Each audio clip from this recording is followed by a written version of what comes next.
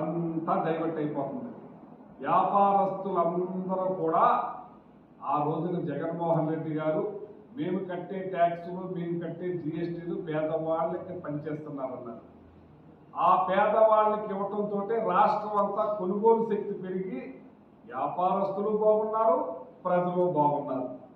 ఇవాళ వ్యాపారస్తులకి చెప్తున్నాను, ప్రజలకి చెప్తున్నాను, ఒక్కళ్ళే అంటే నిన్న ఒక కుట్టు విషయంలో చూడండి 157 కోట్లు ప్రజలకు రావాల్సిన డబ్బు వెళ్ళిపోయింది. ఏదైతే పవర్ పర్చేజింగ్ లో దగ్గర 1000 కోట్ల రూపాయలు బయటకు వెళ్ళిపోయింది. ఈ డబ్బంతా కూడా బయటకు వెళ్ళిపోయి 3-4 చేతుల్లోకే పోతా ఉంది. కానీ జగన్మోహన్ రెడ్డి గారు ఈ డబ్బంతా ప్రజలకు పంచేవారు. ప్రజల కొనుగోలు శక్తి పెరిగి వ్యాపారస్తులు బాగున్నారు, రాష్ట్రం బాగుంది, ప్రభుత్వం బాగుంది, సస్యశ్యామలంగా నడిపించారు జగన్మోహన్ రెడ్డి గారు. విజనరీ మాత్రం ఇవాళ చెప్ప చేతికిస్తున్నారని చెప్పి సందర్భంగా తెలియజేస్తున్నారు. చెప్ప చేతికిస్తున్నారు.